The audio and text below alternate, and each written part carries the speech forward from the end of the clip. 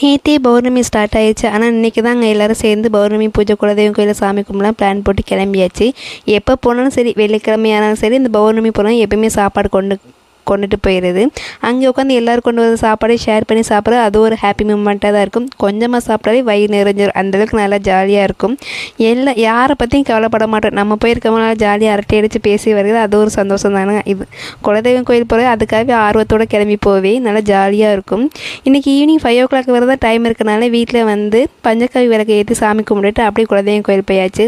அங்கே 2 மணிக்கு போய் எல்லாம் என்ஜாய் பண்ணி சாப்பிட்டுட்டு 21 பீடத்தையும் கழுவி பூஜை பண்ணி சாமி கும்பிட்டு திருப்தியாக முடிஞ்சாச்சு. அப்படியே சிவன்கிட்ட இருக்கிற விபூதி எடுத்து பட்டையை போட்டு மன திருப்தியாக முடிஞ்சிருச்சு.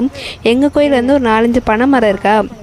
பனைமரம் வந்து நிறைய உளுந்து கிடந்துச்சு. இன்றைக்கி டேஸ்ட்டு பார்த்ததை சொல்லி நான் அத்தை எல்லாருமே அதை எடுத்து அப்படி பச்சையாகவே சாப்பிட்டா ரொம்பவே டேஸ்ட்டாக இருந்து சுட்டு சாப்பிட்டா இன்னும் இருக்கும் சொன்னாங்க. நீங்கள் சாப்பிட்ருக்கீங்களா என்ன சொல்லுங்கள்.